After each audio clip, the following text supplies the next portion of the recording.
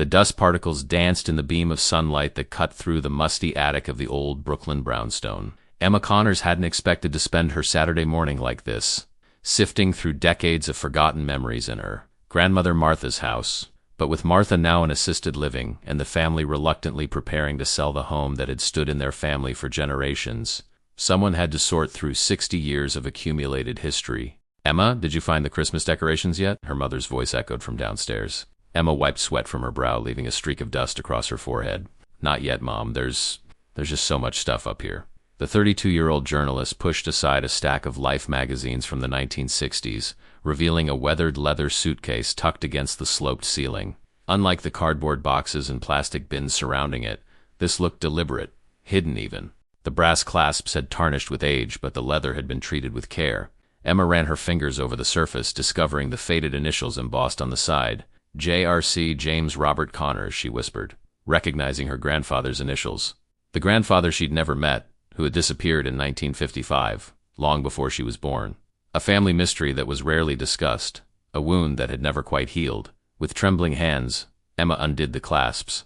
The hinges creaked in protest as she lifted the lid, releasing the scent of old paper and something else film developer chemicals, preserved all these years. Inside, meticulously organized, was an archive unlike anything she'd expected. Dozens of manila envelopes, each labeled with dates and locations, a leather-bound journal, and beneath it all a Leica M3 camera, once state-of-the-art, now a collector's piece. Emma lifted one envelope dated September 12, 1955, Flight 2337, New York to Chicago. Inside were negatives, carefully preserved, and several photographs that made her breath catch. They showed passengers on what appeared to be an airplane, men in suits and fedoras, women in tailored dresses with pillbox hats. But what caught her attention were the handwritten notes on the back of each photo, in handwriting she didn't recognize. Thomas Whitfield, 42, banking executive, returning to Chicago after business meetings in New York, worried about daughter's college applications. Sarah and Robert Jacobson, newlyweds, married September 10th, first flight for Sarah, who grips armrest during takeoff. Flight attendant Caroline Miller, 24, third year with United, dreams of seeing Paris. Each photograph captured not just faces but stories, intimate details about strangers' lives, frozen in time on what appeared to be a routine domestic flight in 1955. The last photograph in the envelope showed the plane itself on the tarmac of Douglas DC-6, propellers gleaming in the morning sun. On the back, in the same meticulous handwriting, Flight 2337, United Airlines, scheduled departure, 9:15 a.m., September 12, 1955. The flight that would change everything. Emma's phone rang, startling her. The screen showed Chicago Tribune, her editor, probably calling about her upcoming deadline. She silenced it without answering. At the bottom of the suitcase, a newspaper clipping yellowed with age caught her eye. The headline made her blood run cold. "Search called off for missing United Flight 58 passengers and crew presumed dead." "Emma?" Her mother appeared at the top of the attic stairs, her voice fading as she noticed what her daughter had found. "Oh, you found it." There was resignation in her voice, not surprise. Emma looked up, questions flooding her mind. "Mom, what is all this? Did Grandpa James? Was he on this flight?" Her mother sank slowly onto an old trunk, her face suddenly looking every one of her 67 years. "No, honey, your grandfather wasn't on that flight. He was supposed to be. He had a boarding pass, but he never got on." "Then what is this? Why does he have all these photographs? These stories about the passengers?"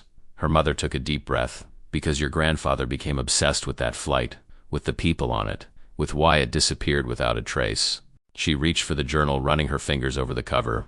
"And because in 1992, 37 years after it vanished, pieces of that plane were found in a remote area of northern Michigan. Your grandfather dedicated his life to trying to solve a mystery that haunted him until the day he died."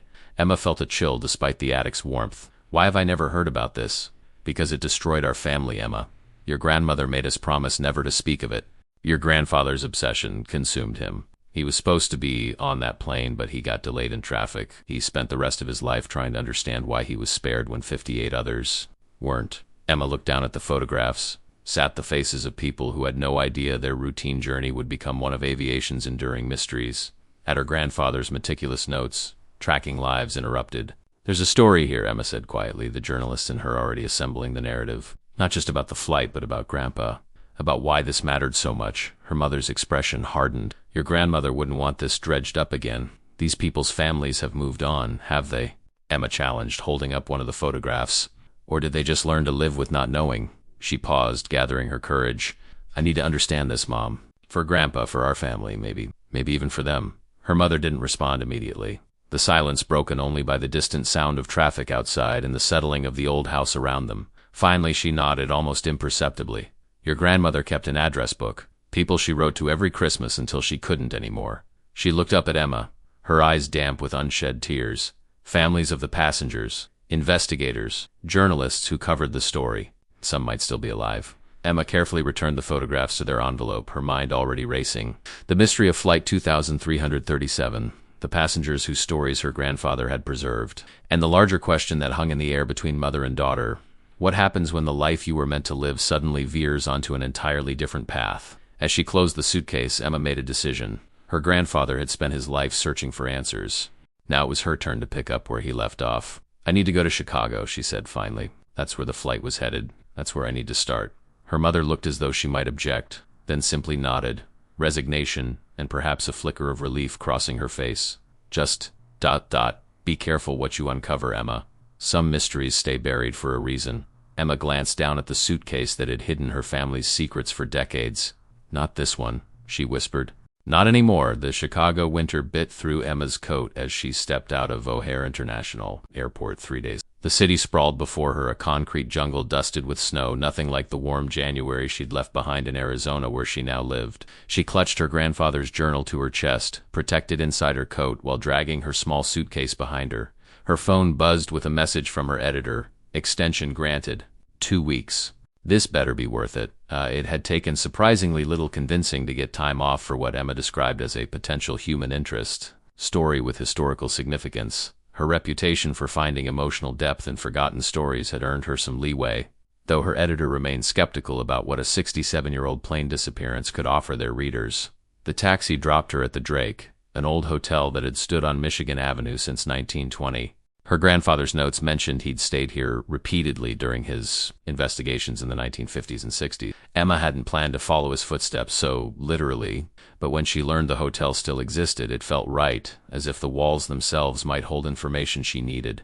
In her room, Emma spread her grandfather's materials across the bed. His journal revealed a man consumed by survivor's guilt and unanswered questions. James Connors had been a photojournalist for Life magazine, assigned to document a manufacturing conference in Chicago. Traffic on the way to LaGuardia had caused him to miss Flight 2337 3 hours later. The plane had vanished from radar somewhere over Lake Michigan. The official investigation concluded after a year with no wreckage found, no bodies recovered, just theories ranging from catastrophic mechanical failure to Soviet interference at the height of the Cold War. But James hadn't accepted that. His notes chronicled decades of interviews, research, and obsessive tracking of similar cases. Emma traced her finger over a page where her grandfather had written, September 12, 1973, 18 years today. Martha says I need to let go. How can I when they might still be out there somewhere? When it should have been me. A knock at her door startled Emma. She opened it to find an older man in his 70s, impeccably dressed in a hotel uniform. Ms. Connors, I'm Gerald Winters, the concierge. He held out a small package. When you checked in and mentioned your grandfather's name, I thought you might be interested in this. Emma accepted the package with confusion. I'm sorry, I don't understand. Gerald's eyes crinkled with a gentle smile. I started working here as a bellhop in 1968. Your grandfather was a regular, always polite, always asking questions about guests from the 50s. When he stopped coming in the early 90s, he left this with my predecessor, with instructions it should be kept for family. Emma's hands trembled as she unwrapped the package, revealing a small box containing a key and a handwritten note. Safety deposit box number 437, First National Bank of Chicago. For my grandchild, should I never find the truth myself. She looked up at Gerald, speechless. The bank was acquired by Chase in the 90s, Gerald supplied helpfully. Their main branch is 3 blocks from here. They still maintain the old deposit boxes. After Gerald left, Emma sat on the edge of the bed, turning the key over in her hands. Her grandfather had prepared for this, had somehow known someone would eventually continue his search. The next morning, Emma presented herself at the Chase Bank downtown, her heart pounding as a manager led her to the vault. After verifying her identity and the key, they left her alone with box number 437. Inside was a thick file folder and a small tape recorder with several cassettes. The folder contained what appeared to be unofficial reports, witness statements that hadn't made it into the official investigation, and correspondence with families of passengers. One document immediately caught her attention, a statement from a woman named Diane Mercer, I know what I saw that night. I was 13, staying at my family's cabin near Traverse City. The plane was flying too low, engines sputtering. But it didn't crash, at least not how you'd expect. There was a strange light surrounding it, like it was being swallowed up. Nobody believed me. They said it was just a shooting star or my imagination. But I know what I saw. Attached was a note in her grandfather's handwriting. Diane Mercer now lives in Petoskey, Michigan. Refuses further interviews after being ridiculed by officials. Consider approach carefully. Emma checked the date 1972. If Diane had been 13 in 1955, she'd be in her early 80s now. Could she still be alive? And more importantly, would she talk? A quick online search yielded results. Diane Mercer Peterson, age 81, still listed as residing in Petoskey. Emma booked a rental car before she could reconsider. The 4-hour drive north from Chicago to Petoskey took her through Michigan's snow-covered countryside. Emma used the time to listen to her grandfather's cassette recordings, interviews with air traffic controllers, family members, and aviation experts. His voice, which she'd never heard before, was methodical and gentle, coaxing stories from reluctant speakers. Petoskey was a picturesque town on Lake Michigan's shoreline, quiet in the off-season with most of its tourist shops closed for winter. Emma found the address easily enough, a well-maintained Victorian house with smoke curling from the chimney. Her knock was answered by a slender woman with silver hair and alert blue eyes. "Mrs. Peterson, my name is Emma Connors.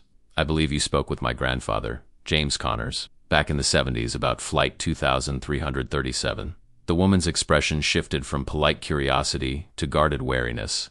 The reporter who kept asking about the plane, "I remember." She studied Emma's face. "You look like him around the eyes. May I come in, please? I found his research recently, and I'm trying to understand what happened, not just to the plane, but to him." Diane hesitated, then stepped aside. I suppose some stories don't rest until they're fully told. Inside, the house was warm and filled with books. Photos of children and grandchildren lined the walls. Diane led Emma to a sitting room and poured tea from a pot already steeping on a side table. "I've been expecting someone like you for years," Diane said, settling into an armchair. "Not you specifically, of course, but someone asking these questions again. The universe has a way of circling back to unfinished business." "Then you still believe what you saw?" Emma asked. "I know what I saw," Diane corrected firmly. "Whether I can explain it is another matter entirely." She sipped her tea. "Your grandfather was kind. He listened without judgment. Most others, investigators, reporters, even my own parents, they decided I was either lying or confused. What exactly did you see, Mrs. P?" Diane set down her cup. "I was watching for shooting stars from our cabin porch. It was a clear night, unusually warm for September. The plane was already too low. I could see its running lights clearly, hear the engines struggling." She closed her eyes, accessing a memory still vivid after all these years. Then something happened. The air around it seemed to bend like heat waves rising from asphalt in summer, but more intense. The plane's lights stretched and blurred. Then it was just gone. She opened her eyes. Not crashed, not exploded. Just there one moment and gone the next. Emma tried to process this.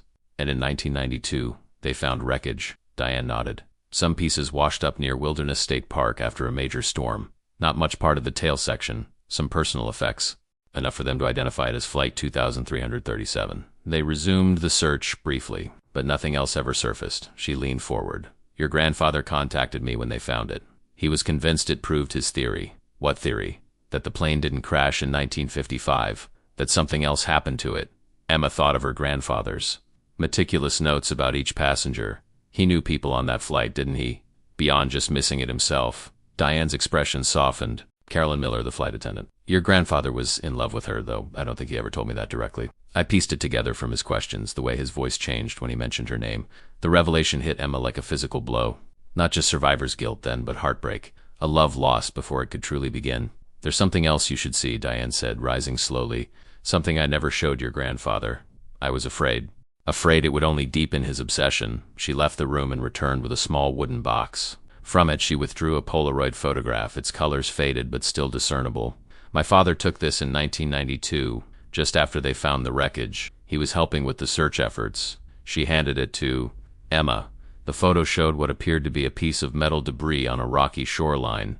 But what made Emma's breath catch was the marking visible on a fragment of what must have been the plane's fuselage. United Air, and beneath it, still legible despite decades of theoretical exposure to the elements, was a manufacturing date stamp, fabricated 041992. Emma stared at the photo, her mind struggling to process what she was seeing. "That's impossible. The plane disappeared in 1955. "Yes," Diane said quietly. "It did. This has to be a mistake, or a hoax." My father was chief of police in Petoskey for 30 years. He didn't believe in hoaxes or mistakes. When he saw this, he locked the piece away and reported that section of debris as unidentifiable. He was afraid, Emma. We both were. Afraid of what? Of questions without answers. Of what it might mean. Diane reclaimed the photo, her hands trembling slightly. Your grandfather was asking the right questions all along, just not in the way anyone could accept. Not about where the plane crashed, but about where it went. Emma struggled to formulate her next question, to find solid ground in a conversation that had veered into impossible territory. What are you suggesting? I'm not suggesting anything, Diane replied. I'm simply telling you what I saw, and what evidence exists. What conclusions you draw are your own. She carefully returned the photo to its box. But I will tell you this. Your grandfather believed that plane somehow traveled through time. The statement hung in the air between them. Both impossible and yet, in the face of the evidence, strangely plausible. If that were true, Emma said carefully, then the passengers ... double quotes might have landed somewhere, someone else. Diane finished the thought. And might still be out there, not having aged a day since 1955. Emma thought of the newspaper headline from 1992, the discovery that had come too late for her grandfather, who died of a heart attack just months after the wreckage was found. There's one more thing, Diane said. Something that happened after your grandfather passed away. In late 1992, a woman came to town asking questions about the flight. She had a photograph of the passengers, the same one that ran in the papers when the plane disappeared. That's not unusual. Many people were interested when the wreckage was found. This woman knew details that weren't in any report, and she was looking for one passenger in particular. Diane paused. Carolyn Miller, the flight attendant. Emma felt her pulse quicken. Did she find anything? Not that I know of. She stayed for a week, then left. But before she did, she gave me her contact information, just in case. Diane rose and went to a small desk in the corner, retrieving a business card from a drawer. I've kept it all these years. The card was simple. Eleanor Wright. Historical researcher with an address in San Francisco and a phone number. No email. It was 1992, after all. Do you think this Eleanor person found something? Emma asked, pocketing the card. I think, Diane said carefully, that your grandfather wasn't the only one looking for that plane. And I think some questions echo across time until they find the right person to answer them. She smiled gently at Emma. Perhaps that person is you. As Emma prepared to leave, Diane placed a hand on her arm. Whatever you discover, remember this. Every mystery has two parts. The answer itself, and why we needed to find it. Your grandfather spent his life seeking the first part. Don't forget to consider the second. Emma drove back to Chicago through swirling snow, her mind replaying the conversation with Diane. The rational journalist in her argued that there must be a logical explanation, a manufacturing error on the date stamp, perhaps, or a deliberate hoax. But another part of her, the part that had grown up loving mysteries and believing in the unexplainable, wondered, what if a plane from 1955 had somehow slipped through time? What if the passengers had experienced something beyond current scientific understanding? And most importantly, what if her grandfather's obsession hadn't been madness but intuition? Back in her hotel room, Emma stared at the San Francisco phone number. It was 30 years old, likely disconnected. But she had to try. She dialed, expecting nothing. On the third ring, someone picked up. Hello? A woman's voice, elderly but clear. I'm looking for Eleanor Wright, Emma said, hardly daring to hope. A pause. Who's calling, please? My name is Emma Connors. I'm researching United Flight 2337, the plane that disappeared in 1955. I understand you were asking questions about it in 1992.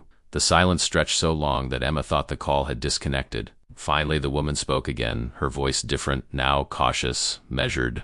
Emma Connors. Any relation to James Connors, the photojournalist? Emma's heart pounded. He was my grandfather. Another long pause. Then, I've been waiting for this call for 30 years. We need to talk, but not over the phone. The woman's voice took on new urgency. Can you come to San Francisco? Yes. I can be there tomorrow. Good. There's something your grandfather left unfinished. Something only a Connors can complete.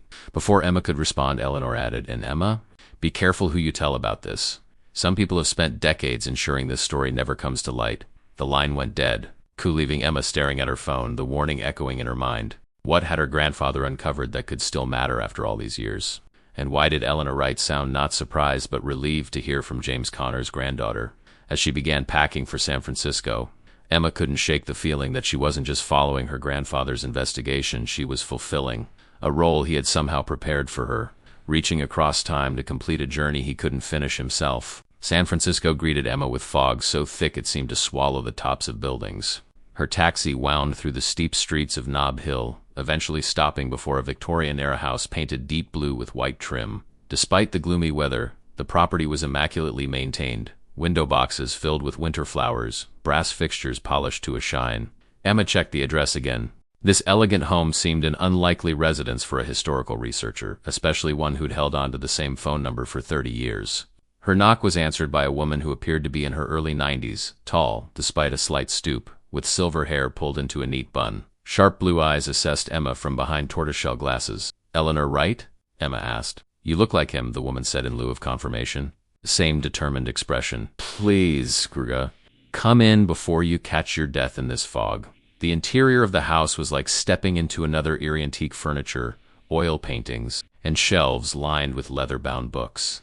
But interspersed with these traditional elements were decidedly modern touches: a state-of-the-art computer setup, digital photography equipment, and walls covered with maps and timelines. "Tea?" Eleanor offered, leading Emma to a sitting room overlooking a small garden. "Thank you.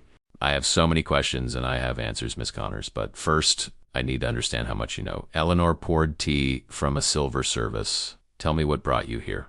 Emma described her discovery of her grandfather's suitcase, the safety deposit box, and her conversation with Diane Peterson. She hesitated before mentioning the Polaroid with the impossible manufacturing date, watching Eleanor's reaction carefully. The older woman's expression remained neutral, but her hands stilled momentarily. "And you believe this photograph is authentic?" "I don't know what to believe," Emma admitted. "It defies logical explanation." Eleanor nodded, seeming satisfied. "Good. Skepticism is healthy. Denial is not." She set down her cup. "Your grandfather understood this distinction. He knew when to trust evidence that contradicted established reality." "You knew my grandfather well?" A sad smile crossed Eleanor's face. "In another life, perhaps we might have been friends. In this one, we were colleagues with a common purpose." She rose and moved to a bookshelf, retrieving a leather portfolio. "James sent me this shortly before his death. I believe he knew his time was running short." Inside were photographs. Emma had never seen more from Flight 2337, but these showed the airport before departure. One captured a young woman in a United Airlines uniform, laughing with another flight attendant near the boarding gate. She was beautiful in the unself-conscious way of the 1950s, carefully styled hair, perfect posture, genuine smile. "Carolyn Miller," Eleanor said softly, 24 years old, third year with United. Dreams of seeing Paris. Emma recognized the description from her grandfather's notes. He was in love with her. Yes, they had been dating for 6 months. He was planning to propose after returning from Chicago. Emma stared at the photograph, seeing the woman who might have become her grandmother in another timeline. "How do you know this?" Eleanor's gaze was steady. "Because Caroline Miller was my mother." The statement landed like a physical blow. Emma looked up sharply. "That's impossible. Caroline Miller disappeared on Flight 2337. She never had children." "Caroline Miller boarded Flight 2337 on September 12, 1955, Eleanor confirmed. "I was born in July 1956. Emma shook her head, struggling to make sense of the claim. "Are you saying she survived the crash? That they found survivors?" "I'm saying," Eleanor replied carefully, "that Flight 2337 did not crash in 1955, at least not in the conventional sense." "Then what happened to it?" Eleanor crossed to her computer and pulled up a file. "This is classified material that took me decades to obtain." In September 1955, the U.S.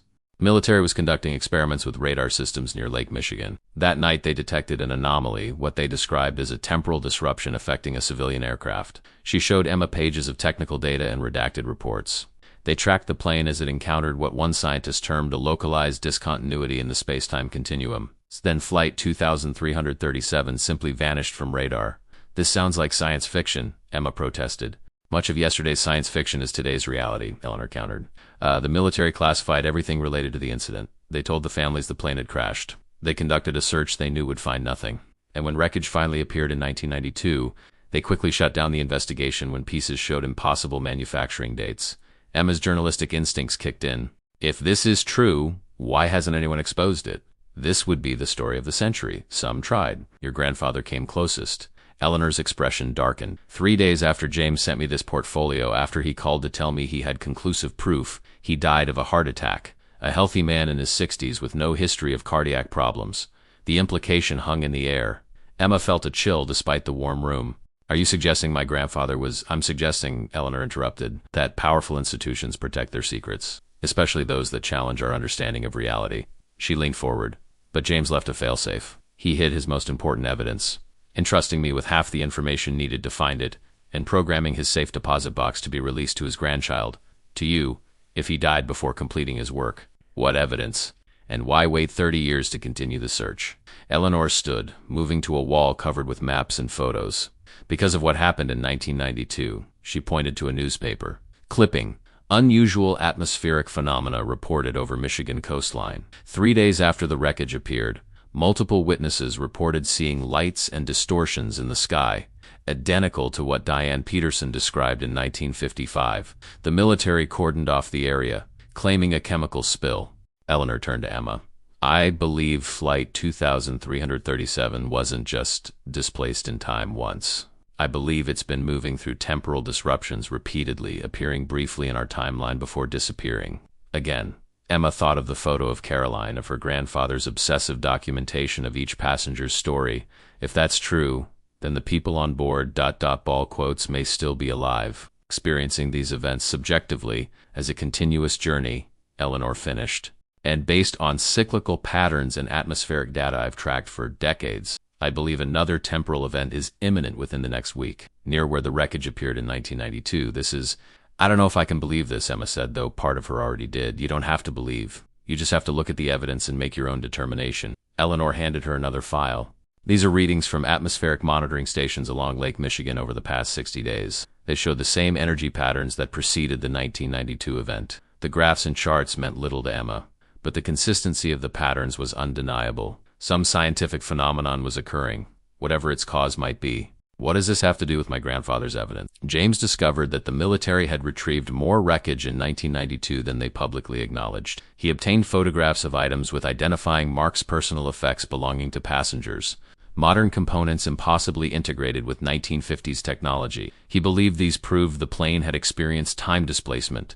Eleanor handed Emma a small key. This opens a locker at the Traverse City Marina in Michigan. Inside is everything James collected, the physical evidence he died trying to protect. Why tell me this now? Why not go to the media? Because without the credibility of the Connors name in journalism, without your grandfather's reputation for integrity, it would be dismissed as an old woman's fantasy.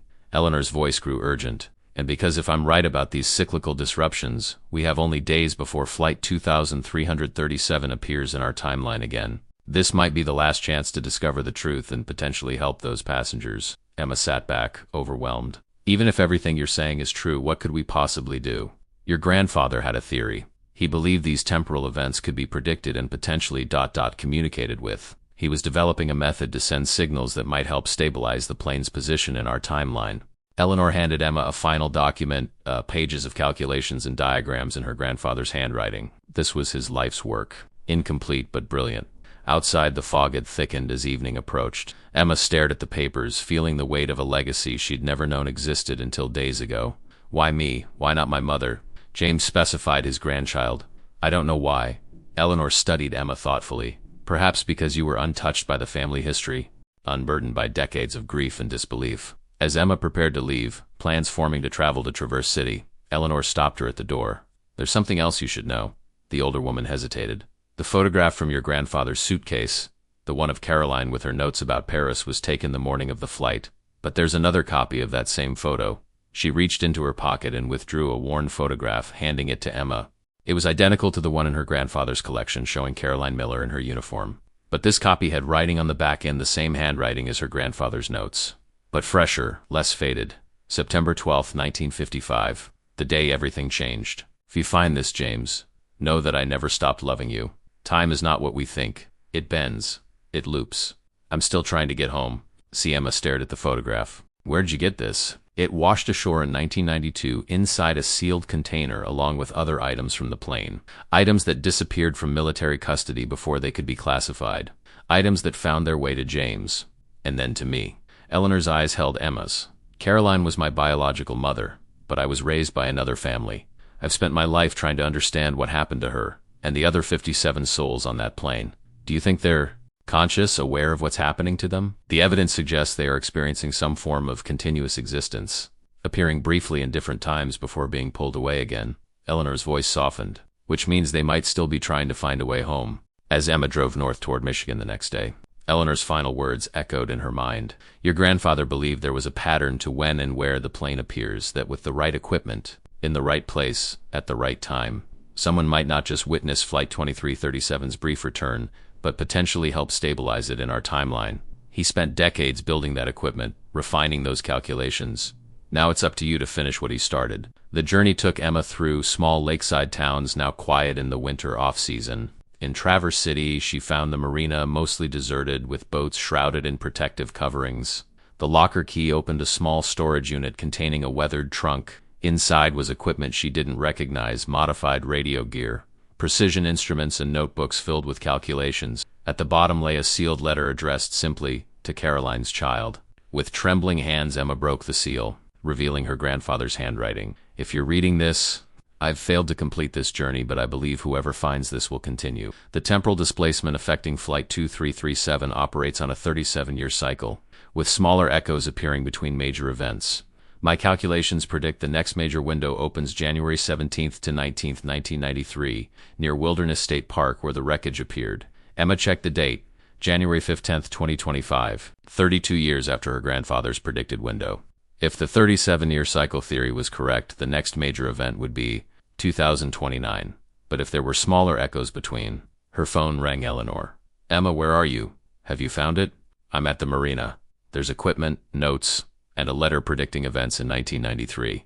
Listen carefully." Eleanor's voice was tense. "I've been monitoring atmospheric readings. Something's happening now, years earlier than the cycle would predict.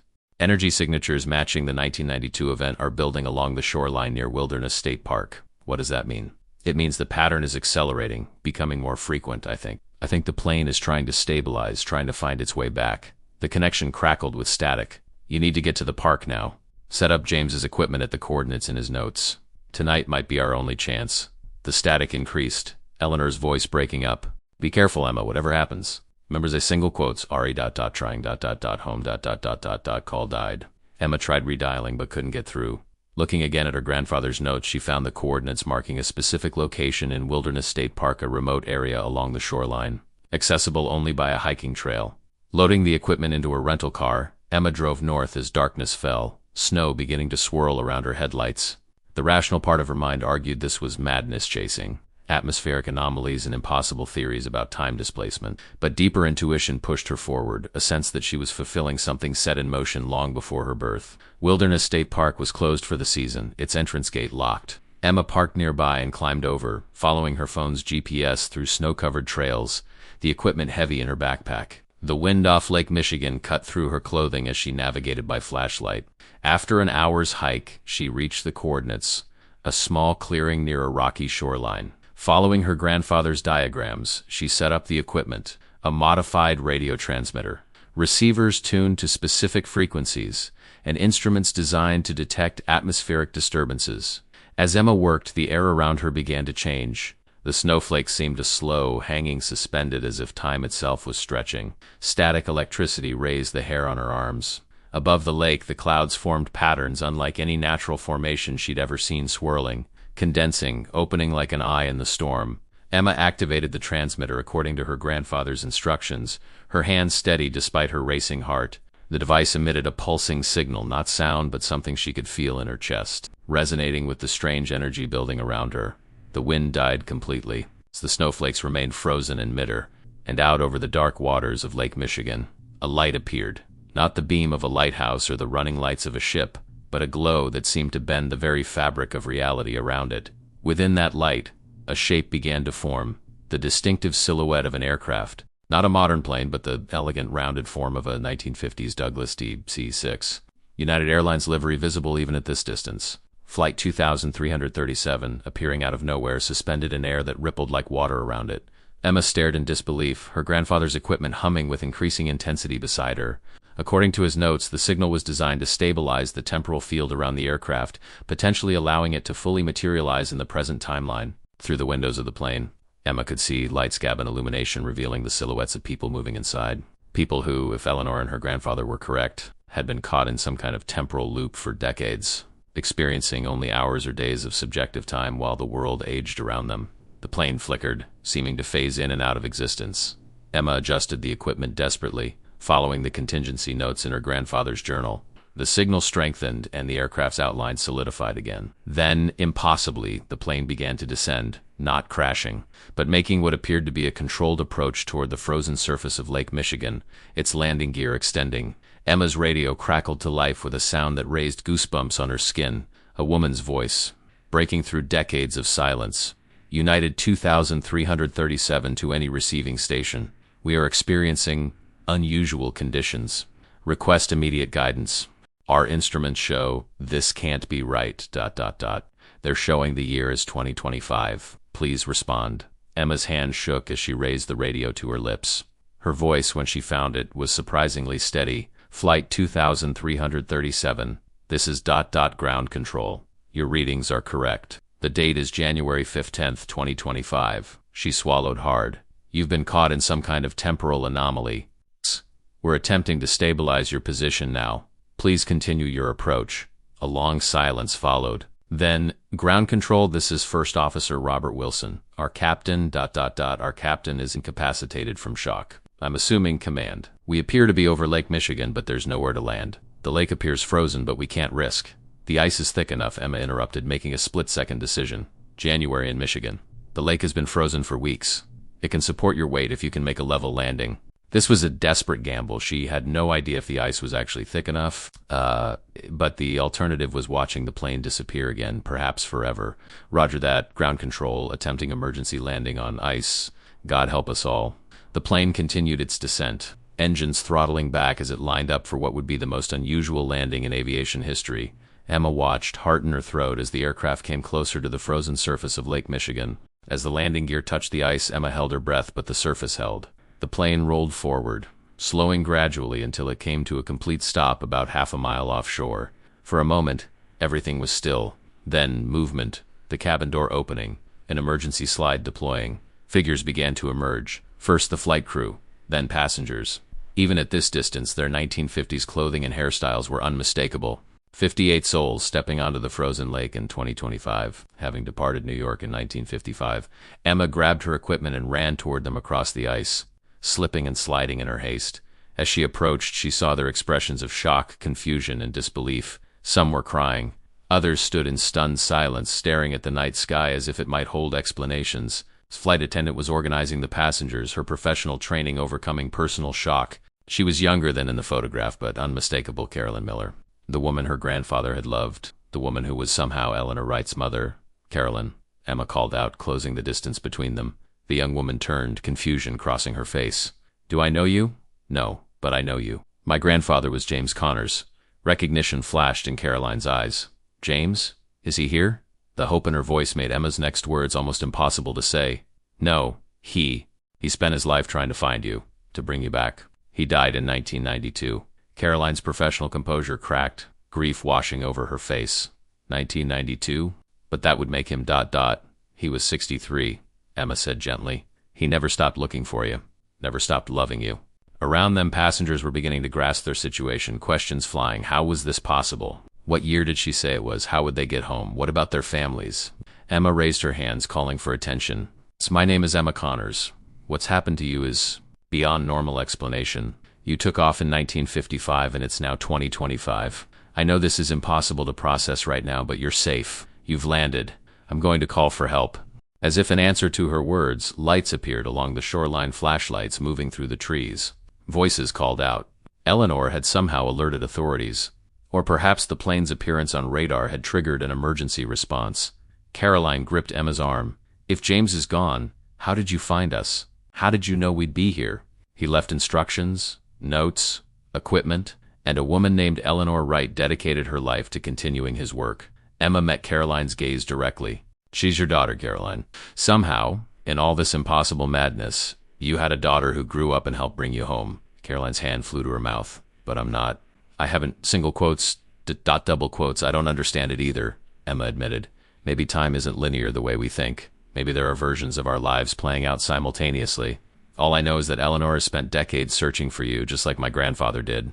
As emergency vehicles began arriving on shore, their lights illuminating the surreal scene on the ice, Emma saw Coast Guard boats being launched, personnel moving with urgent purpose. Soon the passengers would be taken to safety, examined by doctors, debriefed by authorities. Their miraculous return would become worldwide news. challenging everything humanity thought it understood about physics and reality. But in this moment, standing on the ice beside a plane that had defied time itself, Emma thought of her grandfather's journals, of a man who had missed his flight by minutes and spent the rest of his life searching for answers, who had somehow known that decades after his death his granddaughter would complete the journey he began. Caroline looked toward the shore, then back at the plane that had been both prison and salvation. "Will I meet her, this daughter I haven't had yet?" "Yes," Emma said, certain of at least this much. "She's waiting for you," as the first rescuers reached them across the ice.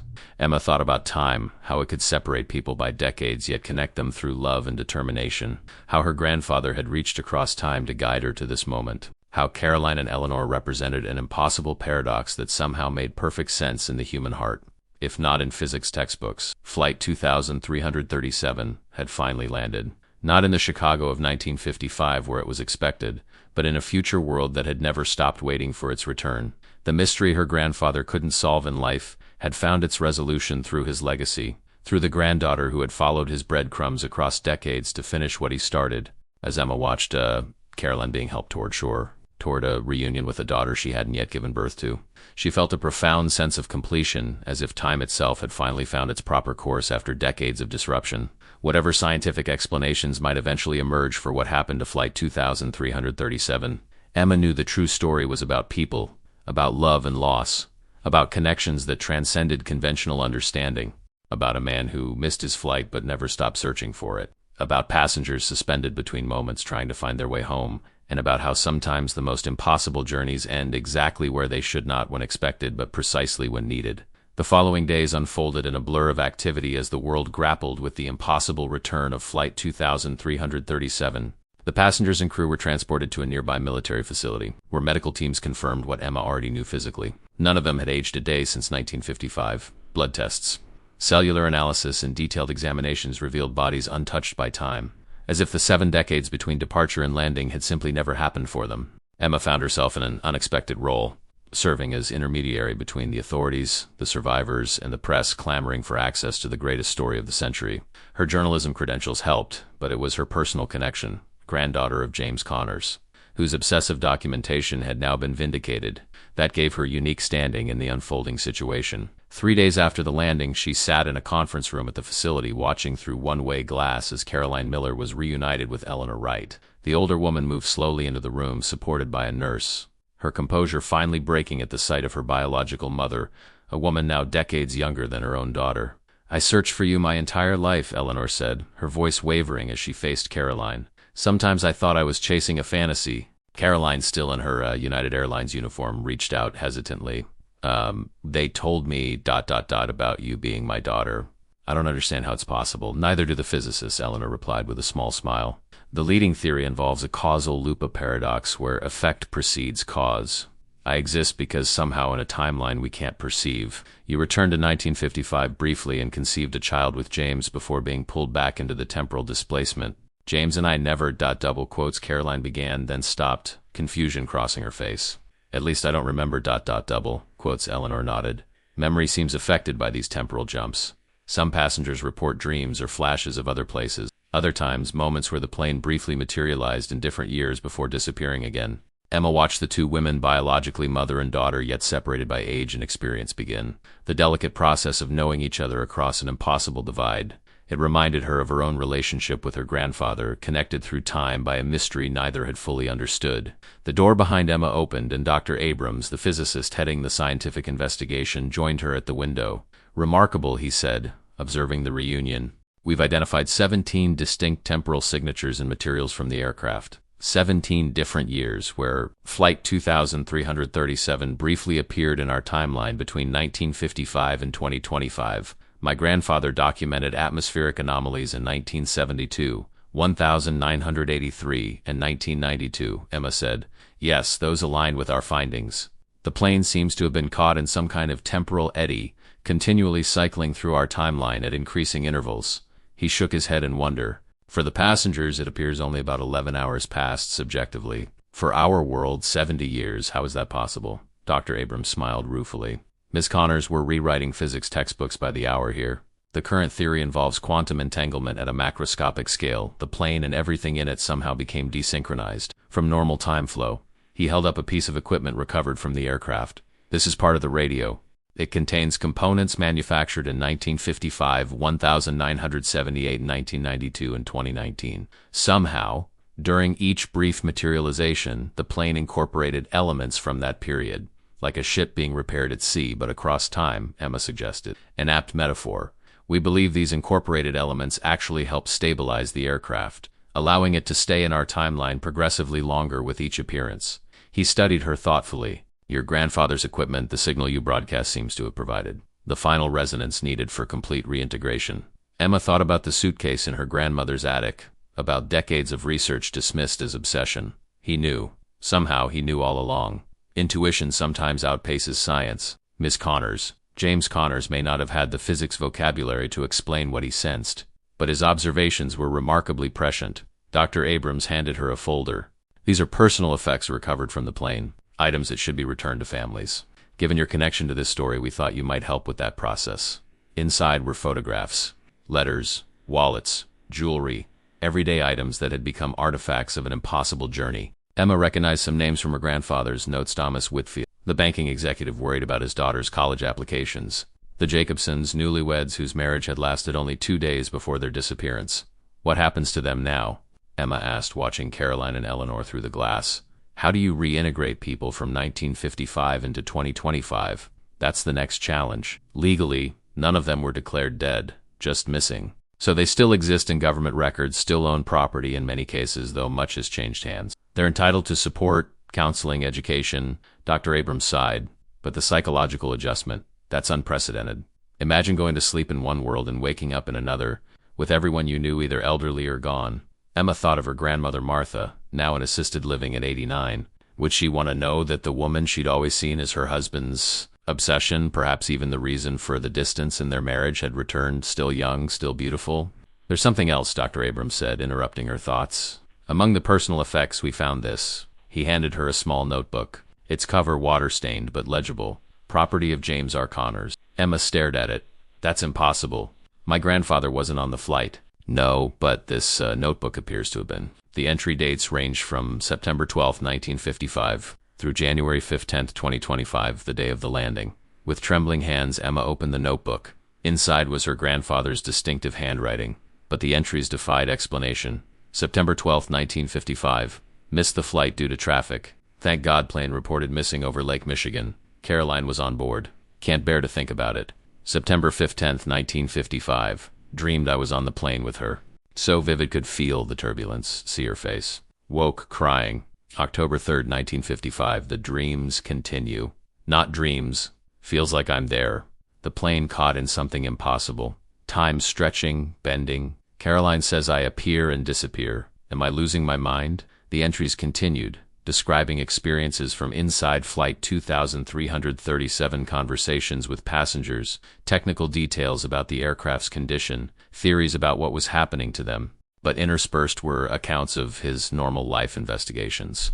Family conflicts, his growing estrangement from Martha as his obsession with the flight deepened. The final entry, dated January 5, 2025, read simply, "The signal is working. We're stabilizing. Emma is here somehow. My granddaughter found us. Found me. The loop closes. I understand now I've always been on this plane and I've never been on it. Both realities exist simultaneously. Caroline sees me sometimes. The others don't. I exist between states, between times. But tonight we land, tonight it ends or begins." Emma closed the notebook, her mind struggling to process its implications. This suggests my grandfather was somehow ... connected to the flight, experiencing it while also living his normal life. Dr. Abrams nodded. Several passengers reported interactions with a man named James, who would appear and disappear, a man not on the official manifest. We believed it was mass hallucination until finding this. Quantum entanglement, Emma murmured, recalling his earlier explanation. My grandfather became entangled with the flight because he was supposed to be on it. Perhaps.